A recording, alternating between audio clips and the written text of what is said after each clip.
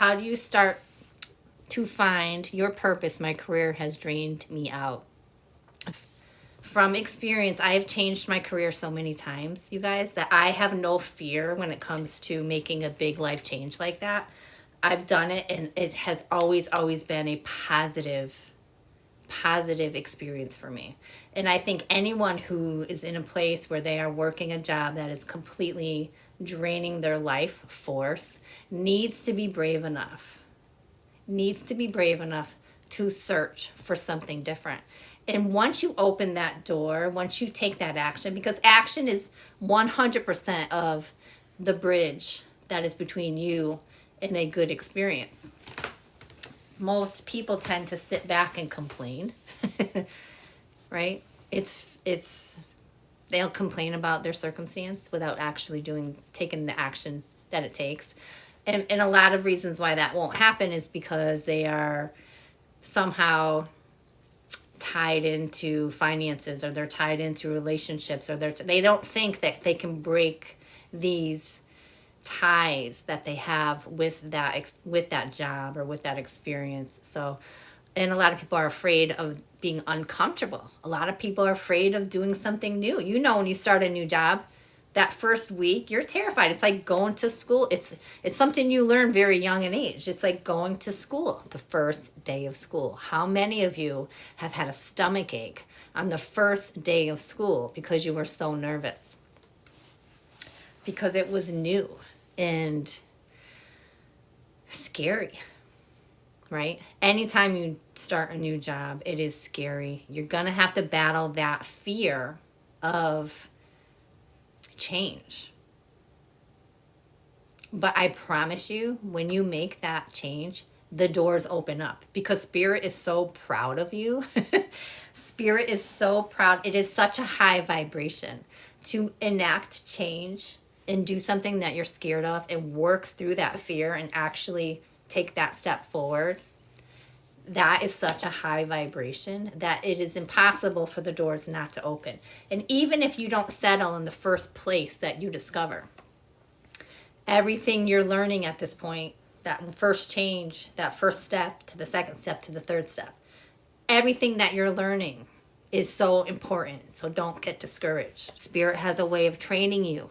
You have a training process. You have an initiation.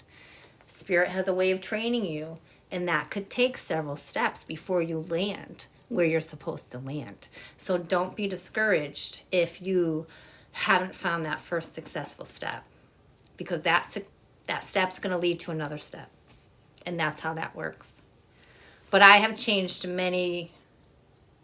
I won't say I changed many. I've changed. I went to college. I am an accountant. I was an accountant for all my 20s. In my late 20s, I decided to go to hairdressing school. I'm a salon owner now. I have a salon. I've had a salon for 20 years, a successful salon. My daughter is a 20-year-old now. She's a hairstylist. So I'm very proud of where my life has gone. It's been amazing. I have 4 children. So that move for me to move from the corporate world to being a self-employed person was brilliant for me. It was brilliant for me because I have 4 children. I have been able to work part-time and take care of my kids and enjoy every aspect of their lives. Every aspect. I have not missed barely anything with my kids. And so that has been such a blessing to me. And then even from that, being an owner, a salon owner, I'm a spiritualist. I'm an author. That didn't happen till my early 40s, late 30s. So my life has been one wonderful progression of experiences after another in different careers. And I've embraced them all. And that's part of the journey, and that's been part of my journey. And I do not regret one single bit. Now, had I stayed an accountant, could I be a CFO right now of some big major corporation? Could I be making $300,000-$400,000 right now? Probably. Could have. It doesn't compare, though. It would never compare to my freedom that I've had.